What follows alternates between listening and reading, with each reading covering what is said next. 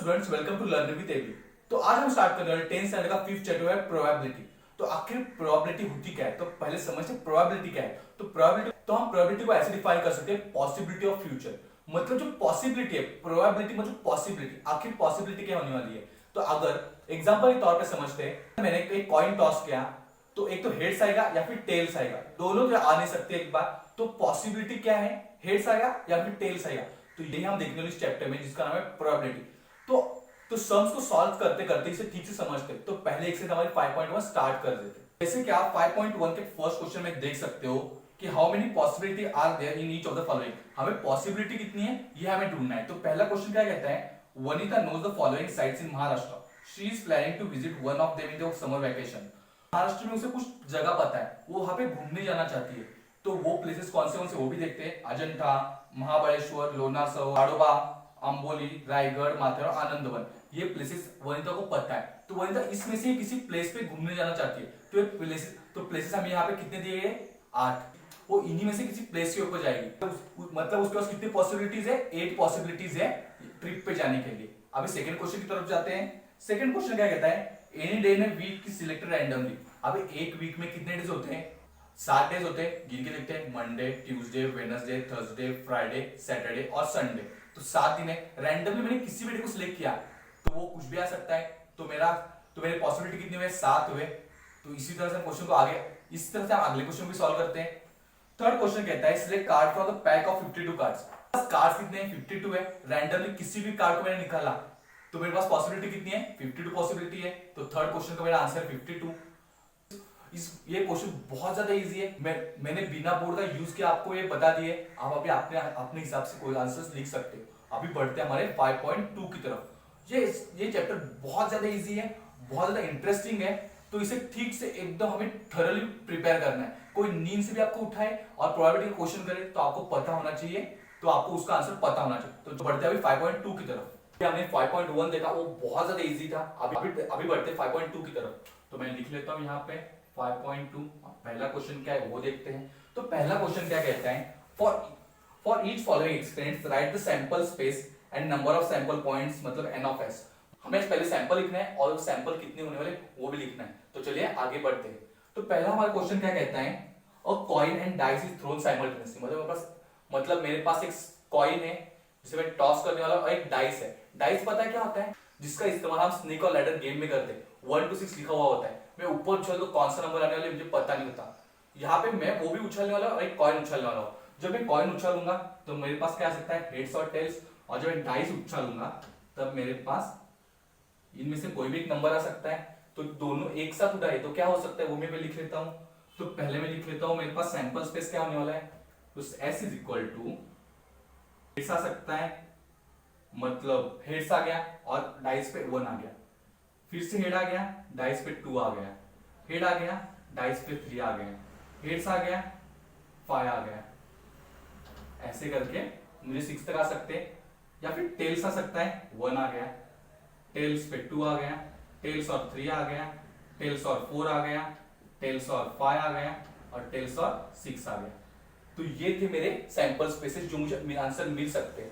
तो अभी मुझे लिखना है n of S. N of S मतलब सैंपल स्पेस कितना है मेरे पास। तो मैं गिन लेता हूं, 1 2 3 4 5 6 7 8 9 10 11 12। तो मेरा सैंपल स्पेस कितना हुआ, 12 नंबर में। तो मेरा नंबर ऑफ सैंपल स्पेस कितना हुआ, 12। तो इस तरह से मेरा फर्स्ट क्वेश्चन सॉल्व है। बहुत ज्यादा इजी है, कुछ भी ट्रिकी नहीं है इसमें, बहुत आसान से हम सॉल्व कर सकते हैं। अभी बढ़ते हैं सेकंड क्वेश्चन की तरफ। सेकंड क्वेश्चन क्या कहता है, 2 digit are form using digit 2 and 3 and 5 without repeating the digit.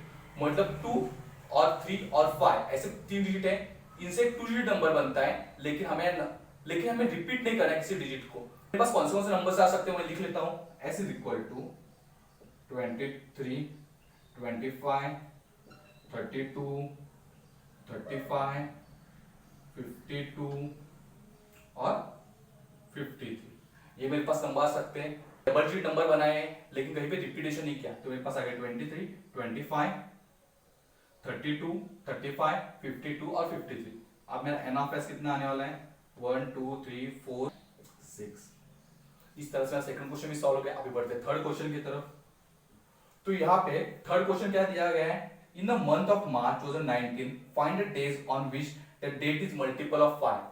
मुझे मार्च मंथ का कैलेंडर दिया गया है और मुझे ढूंढना ये है जो 5 से डिविजिबल नंबर्स है उनमें डे कौन सा आता है।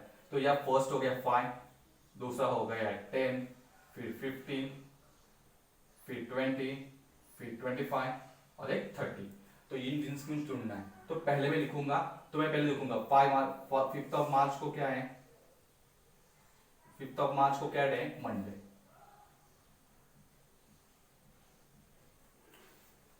फिर मैं देखूंगा 10th ऑफ मार्च को क्या है,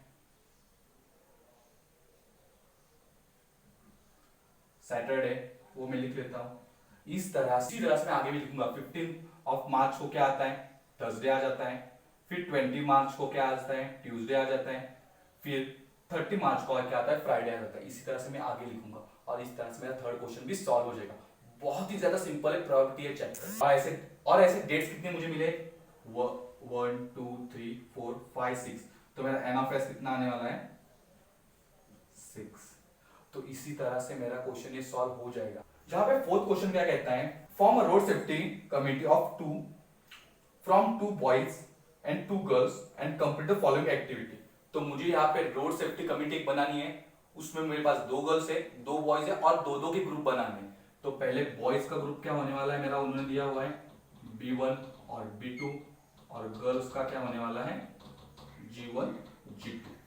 ये है मेरे पास। मुझे ग्रुप्स बनाने, यहाँ पे सिर्फ टेबल फॉर्मेट में हमें फिल करना है। तो पहले का क्या है, कमिटी ऑफ बॉयज।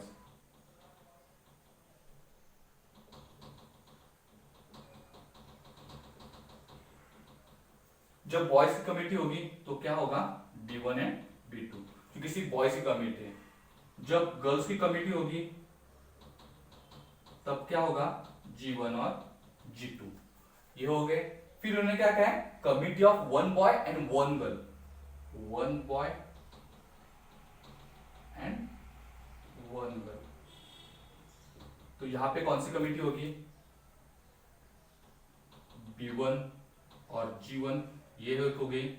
फिर होगी B1 और G2, ये दूसरी कमिटी हो गई।